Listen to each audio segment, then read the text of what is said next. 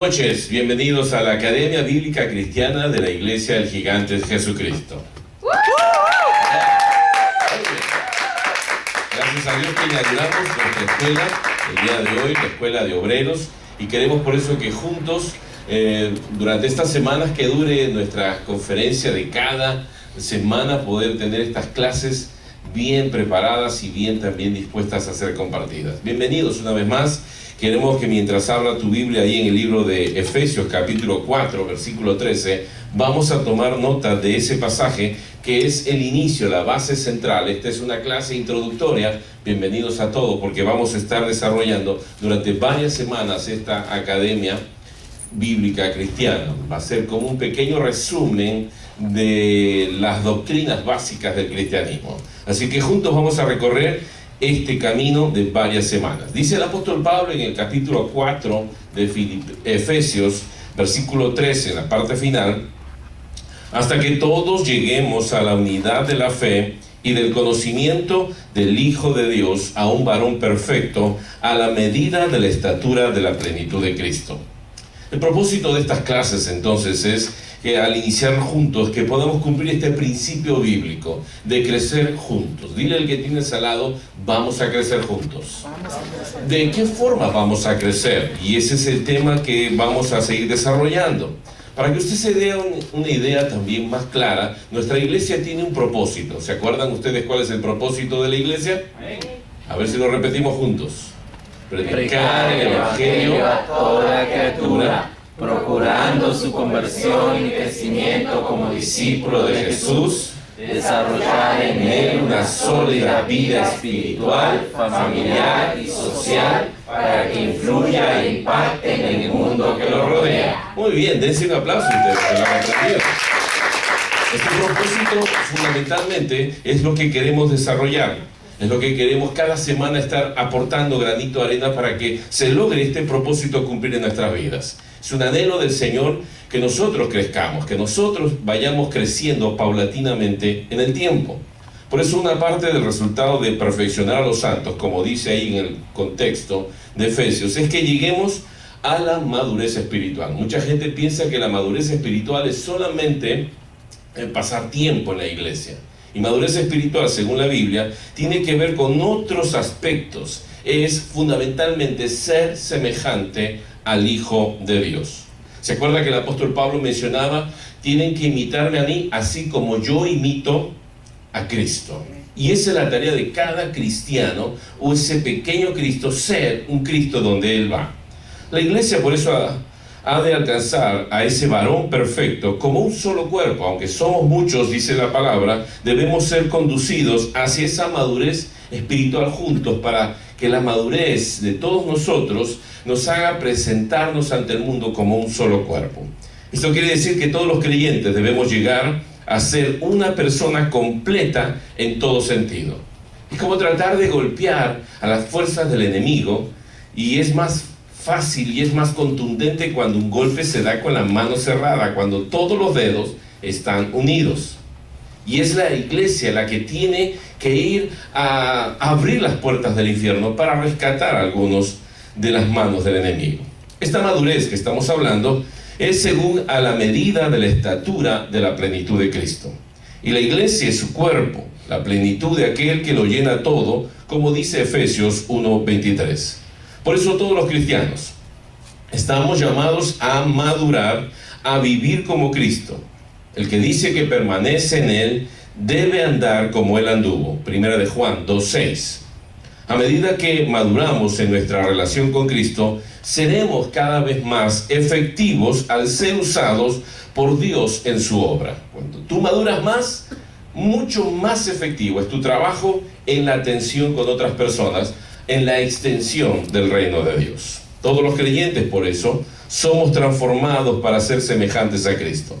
Porque a los que antes conoció, también los predestinó para que fuesen hechos conforme a la imagen, dice, de su Hijo, para que Él sea el primogénito. Fíjese, primogénito, no dice unigénito como antes decía. Aquí dice el primero dice, muchos hermanos. Esto está en Romanos 8:29. Por tanto, nosotros todos, dice la Biblia en 2 Corintios 3:18, mirando a cara descubierta como en un espejo la gloria del Señor. Cada vez que miramos la gloria del Señor, tenemos relación íntima con Él. Dice la Biblia, somos transformados de gloria en gloria. ¿Usted lo va entendiendo? Y dice de gloria en gloria en la misma imagen, como por el Espíritu del Señor. Así que es el Espíritu, cuando tú te acercas a tener intimidad con Dios, ese Espíritu te va transformando de gloria en gloria. Algo que es bíblico, que debes ir creciendo, madurando, desarrollando. Yo quiero que en esta sesión introductoria, a las semanas que vamos a estar juntos, podamos desarrollar los propósitos de la perfección de los santos. La primera de las situaciones que nos da en la vida es cómo poder lograr cumplir esa perfección. Y vayamos a alcanzar, dice la Biblia, la unidad de la fe. Según estas palabras del apóstol Pablo, es trabajo de los ministros llevar a cada discípulo de la iglesia a alcanzar la unidad de la fe. Por eso es importante que nos veamos juntos, que sea como un solo cuerpo, que sea el cuerpo de Cristo, la iglesia.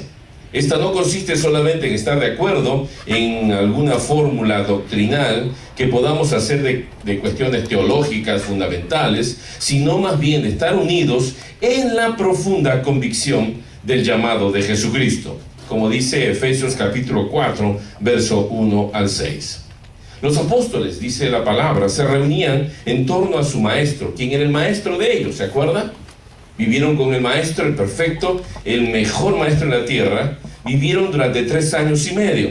Vivenciaron con él su amor, su paz, su fe, sus milagros, su esperanza. Cada día, todos los días, vivían con él. Desde la mañana hasta la noche, dormían en una habitación juntos o a veces hasta en el campo lo hacían. Ese maestro vivió con ellos y ahora sabe lo que Jesús quiere, es vivir con nosotros. Enseñarnos permanentemente a estar con Él, a tener conciencia que Él está con nosotros. Hoy día es lo mismo. Los discípulos de Jesucristo llegamos a la unidad de la fe si nos centramos en el autor de la fe. Por eso nuestra vida de la iglesia debe estar siempre girando en torno a Jesús como el modelo a seguir. En primer lugar, el propósito en la capacitación para el ministerio y edificación del cuerpo de Cristo, la iglesia, es lograr la unidad, dice el texto en Efesios, la unidad de la fe en Cristo. Lograr el conocimiento de Dios. Y aquí déjeme mencionarle algo. Conocer es posible si tenemos solamente intimidad. Como dice Génesis capítulo 4, el verso 1. Conocer no es solamente leer, aprenderse algunos versículos de memoria, algunos capítulos interesantes. No es solamente saber las historias de Abraham e Isaac, de Noé, de David, de Daniel, que a veces las enseñamos en la escuela bíblica dominical a los niños, como pequeñas historias. Usted de repente conoce eso, pero no tiene intimidad, usted solamente tiene conocimientos, como la Biblia dice, por ejemplo, acerca de Job. ¿Se acuerda que al final de todo lo que pasó Job, que escribe en el último capítulo? De oídas te había oído, mas ahora mis ojos te ven. Yo te preguntaré y tú me responderás. Así que había una intimidad ahora, después de ese momento de angustia y después de la retribución de Dios de toda su bendición sobre Job, la restauración de la vida de él podía decir: ahora te conozco, Señor, profundamente. Por eso a veces pensamos equivocadamente que alguien que tiene conocimiento, porque repite de memoria ciertos datos, ciertos versículos, puede recitar hasta textos bíblicos de memoria, creemos que tiene mucho conocimiento. A Jesucristo no se le conoce de esa forma. Ciertamente, más bien la lectura de la palabra de Dios es un medio de saber mucho acerca de Él. Es la manera como podemos aprender muchas cosas de Él. Pero el conocimiento del Hijo de Dios se logra, y ahí marquen bien esto, subráyenlo si quieren. Se logra por una relación íntima, permanente y profunda con Él. Yo tengo algunos años de casado y todavía sigo aprendiendo a conocer a aquella persona con la que vivo, con la que convivo todos estos años. Y creo que todavía voy a seguir aprendiendo a conocerla, porque casualmente me faltan áreas de conocerla mucho mejor, de tener una mejor relación. Y lo mismo es con Dios. Cuanto más intimidad y más tú aprendas a vivir profundamente, permanentemente en una relación con Él, vas a aprender a conocerlo mucho más. Los apóstoles, por ejemplo, lo conocieron en cuerpo primeramente y luego en espíritu. Dice la historia, mientras los evangelios nos cuentan, que cuando resucitó también lo empezaron a hasta desconocer, porque había sido resucitado en un cuerpo glorificado. ¿Se acuerdan aquel pasaje con los discípulos camino a Emaús? Que no lo reconocían, que eres tú un extranjero que no sabe lo que ha pasado en Jerusalén. Jesús que fue crucificado, y le empezaron a contar, y cuando entraron a un pueblo, ¿se acuerdan? Y partió el pan delante de ellos, sus ojos fueron abiertos y recién lo reconocieron. A veces nosotros no estamos muy conscientes de la presencia de Dios. Sabemos Biblia, vamos a la iglesia, cantamos a veces canciones, pero no estamos conscientes de la revelación de Dios a nuestras vidas. Podemos por eso asegurar que recién después del Pentecostés, por la obra maravillosa del Espíritu Santo, muchos de los discípulos que habían convivido 3 años y medio con Él, 24 horas al día, 24/7, durante 3 años y medio, recién después del advenimiento del Espíritu Santo, recién su visión espiritual empezó a darse cuenta de la dimensión de ese Jesús que caminó con ellos.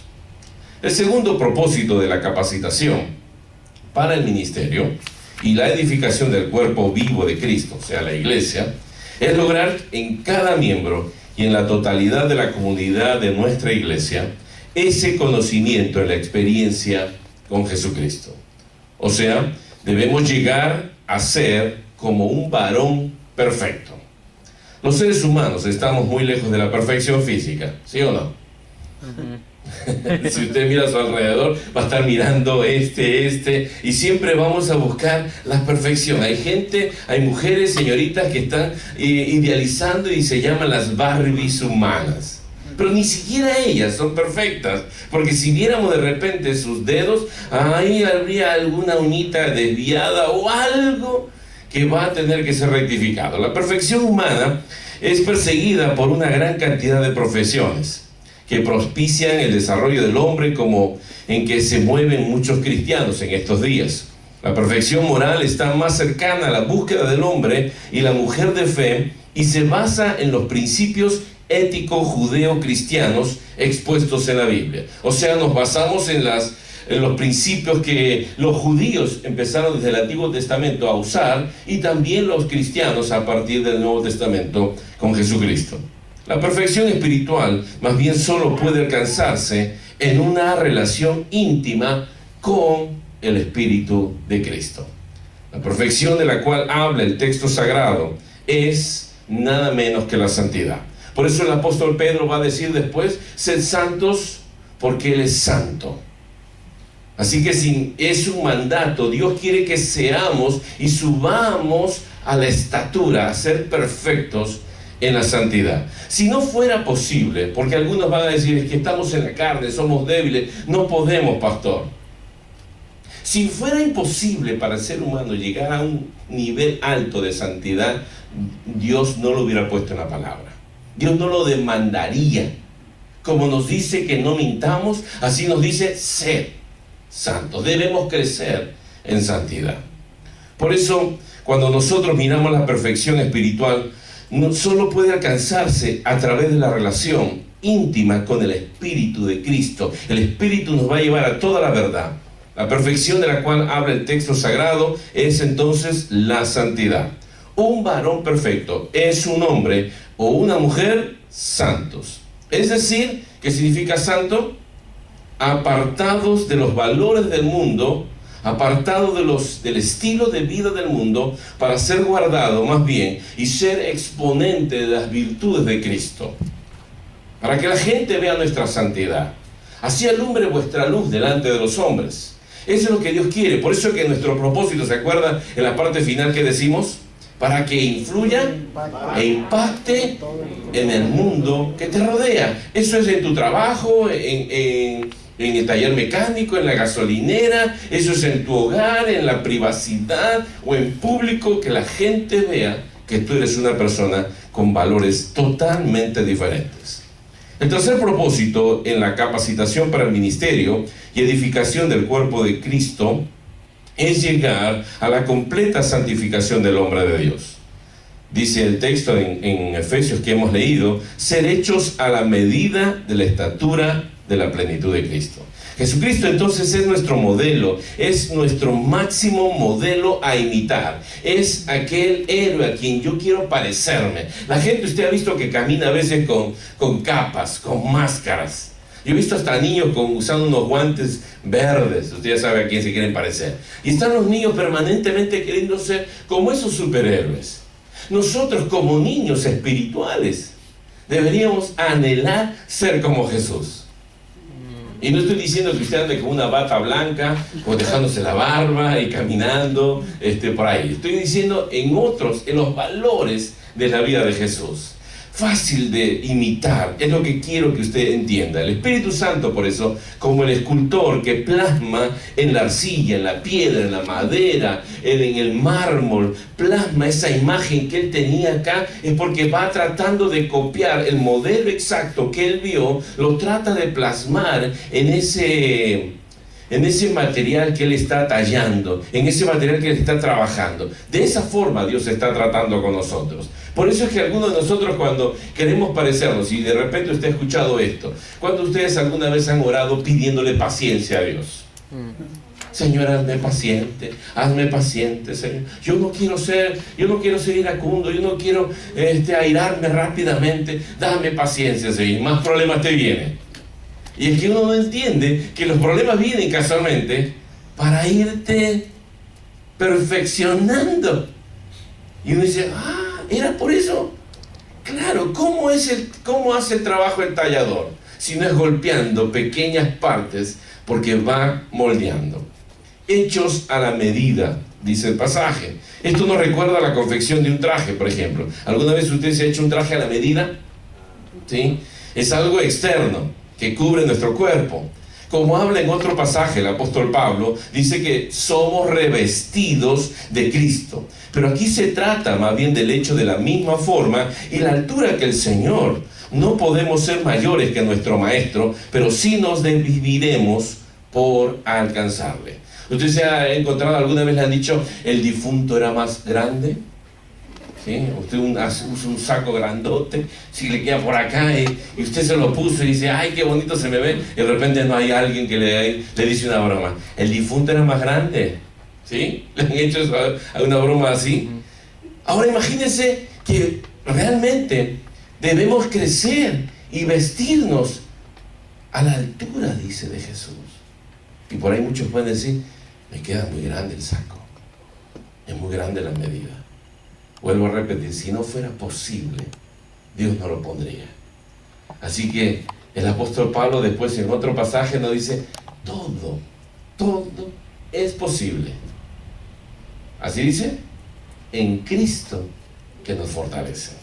En el Antiguo Testamento puede ser el ángel de Jehová, nuestro Señor Jesucristo. En el Evangelio de Jesús, en los Evangelios usted va a ver a Jesús de Nazaret y luego el Cristo resucitado. En el Apocalipsis, Jesús, por ejemplo, es llamado el Hijo del Hombre glorificado, pero siempre en esencia sigue siendo el mismo Señor Jesucristo.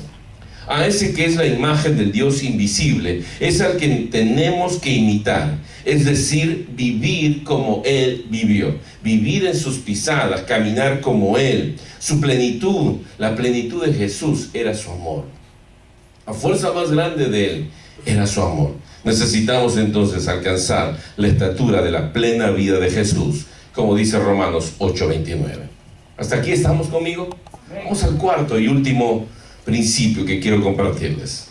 El propósito en la capacitación para el ministerio y edificación del cuerpo de Cristo, de la iglesia, es alcanzar la plenitud de Cristo. ¿Cuántos quieren alcanzar la plenitud de Cristo?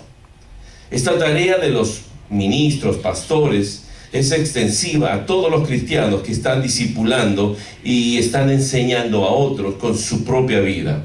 ya que el discipulado es también una capacitación y es un perfeccionamiento de los santos para la obra del ministerio. Es un método para la edificación del cuerpo de Cristo. Por eso mi mayor tarea es capacitarlos a ustedes para que capaciten a otros. Si tal vez usted no tiene el don de maestro, de repente en un tiempo usted va a utilizar estos DVD porque va a inspirar a otros. O usted los va a repasar, los va a mirar nuevamente con el único propósito de enseñarle a otros el principio de la vida y el estilo de vida de Jesús. El empeño de cada discípulo que hace discípulos ha de ser la formación de vidas para el reino. Dios no te ha entregado, hermanos, si tú eres líder de células, si tú eres un ministro, si tú eres un discípulo de Jesús, Él te entrega lo más preciado para Él, que son las personas, que son las vidas de las personas que quiere el Señor que alcancemos. Son vidas por las cuales Jesús dio su vida. Así que es precioso para nosotros el encargo que Él nos ha dado. Tal modo que un discípulo debe alcanzar la unidad de la fe, que tenga un conocimiento vivencial del Hijo de Dios, que llegue a ser un varón, una mujer perfecta y crezca hasta alcanzar la plenitud de Cristo. ¿Cuántos quieren aceptar ese desafío? Amén. ¿Usted se acuerda del propósito de la iglesia? Amén. Que cada discípulo de Jesús pueda crecer, dice ahí, en una vida sólida, en forma espiritual, internamente, en forma familiar, con sus familiares, que sea testimonio, que sea de ejemplo, y también decimos socialmente. Y eso es lo que anhelamos, gente que tome el desafío de crecer y de madurar, y que en nuestra iglesia nos encuentre nosotros unidos, parecidos, semejantes, porque somos hermanos del primogénito de Jesús. ¿Aceptas ese desafío? ¿Aceptas en el nombre de Jesús? Amén. Dios te bendiga.